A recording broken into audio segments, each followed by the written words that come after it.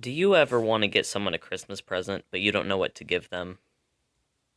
Yeah. Are you one of those people who likes the cottagecore aesthetic, but doesn't actually know any cottage skills? Yeah, I guess I am. Are you sick of that thing floating above your head? Yeah. Well, screw you, I'm not paying for premium. Come with me to learn how to prepare herbs. Okay. Greetings, it's me, that ghost, and today I'm going to show you guys how I use herbs. The first step is to go out and actually get herbs. I have some growing in my garden, so I picked some sage and some sweet basil from there. The next step is to cut off any flowers and any leaves that have dark spots, insect bites, anything you wouldn't want to eat. The parts that you don't want to eat can be used in other ways. I usually burn them because they smell really, really good.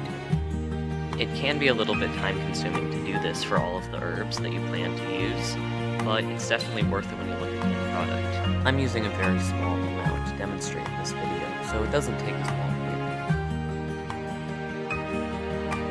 So here I have my sage, here I have my sweet basil, and here I have my leftover scraps, which I'm going to burn later.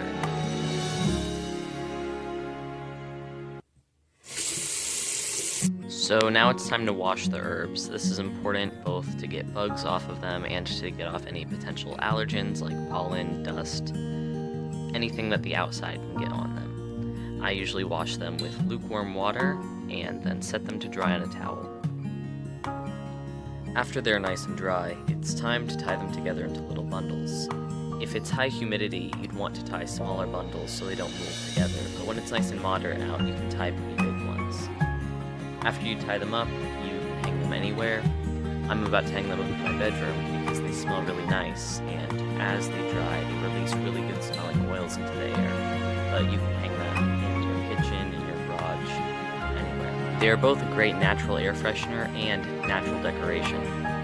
Here's the bag full of the scraps, which I'm going to burn later. Here are some herbs that I collected at an earlier date and have dried since then. As you can see, they're nice and crispy and ready to be ground up. I have a mortar and pestle here, and I'm going to separate all of the good leaves into it. This is another point where you can double check if the leaves you have are good or if any of them need to be thrown out. And after that, I proceed to crunch them. The proper way to do that is first to push the pestle down repeatedly and crunch them so they don't go flying out of the bowl, and then you grind in a circular motion against the bowl. As you can see here, they become a fine powder very, very quickly.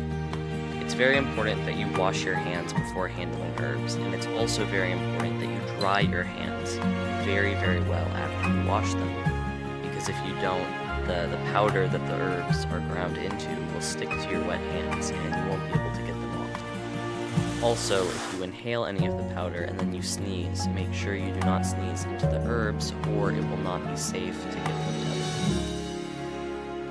I always take the herbs out of the bowl with my bare hands and put them into the mason jar. I don't know if there's a better way to do this, but I haven't found any.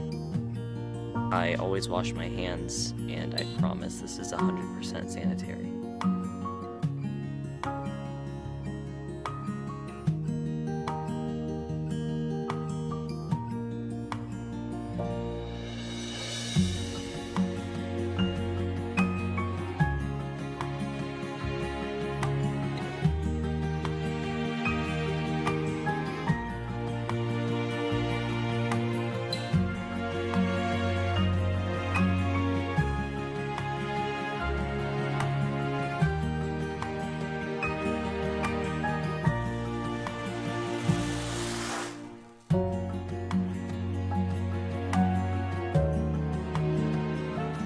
Besides grinding it up and jarring it, you can also turn herbs you gather into little incense sticks.